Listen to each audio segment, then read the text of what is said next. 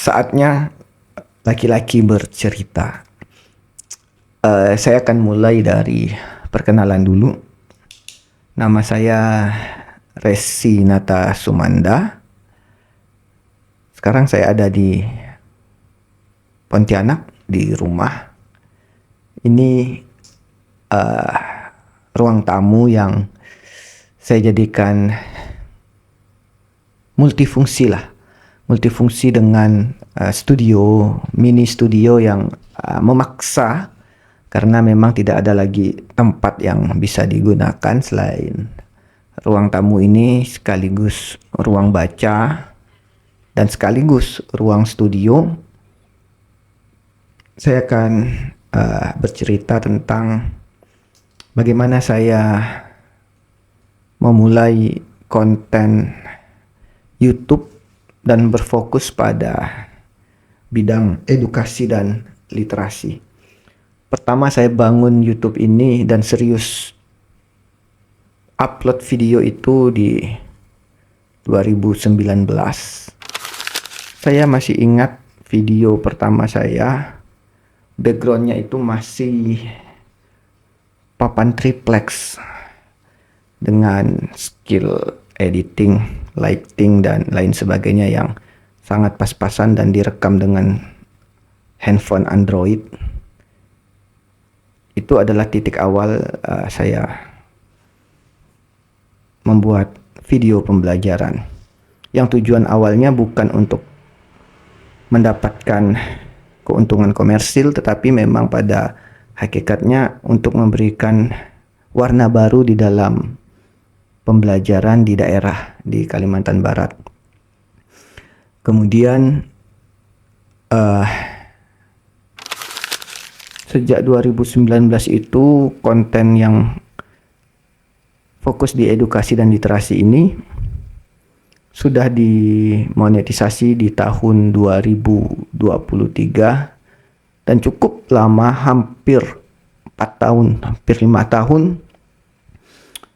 baru dapat dimonetisasi. Itu sudah merupakan pencapaian yang luar biasa, sudah di luar target.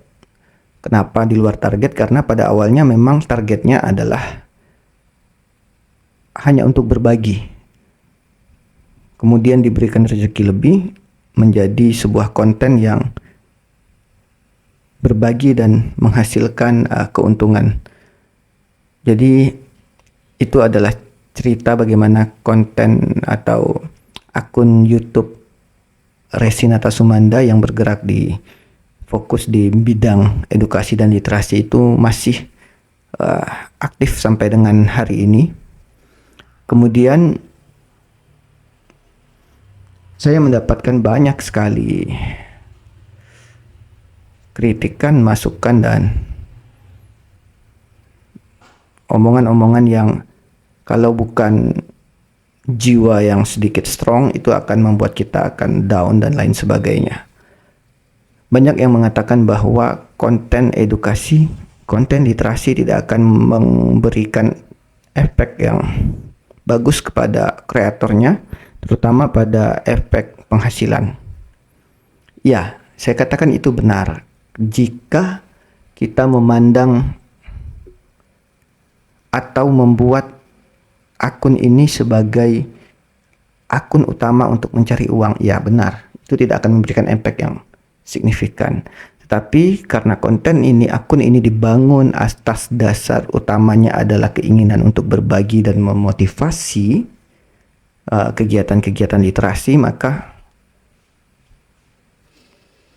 kata-kata itu dapat kita buramkan dan bisa kita hapus, kita bantah, karena sampai dengan hari ini akun ini masih berstatus akun yang dimonetisasi.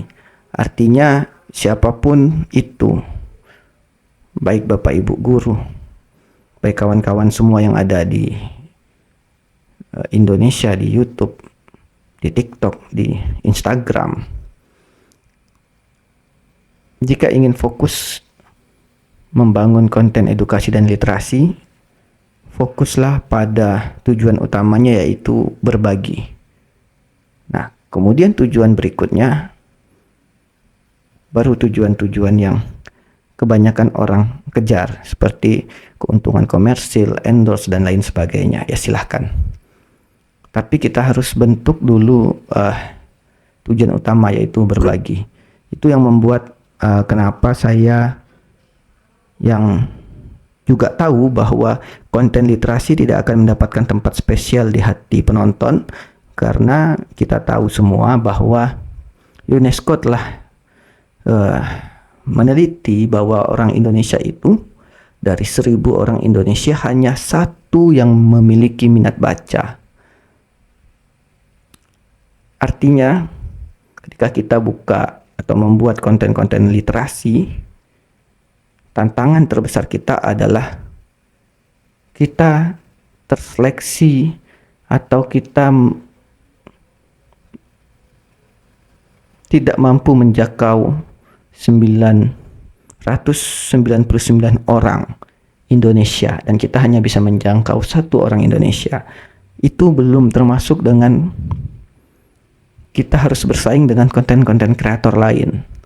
Nah, itu adalah tantangan terbesar untuk membangun channel ini, channel yang bergerak di bidang edukasi dan literasi. Saya kira itu tantangan terbesar, dan itu cerita saya hari ini.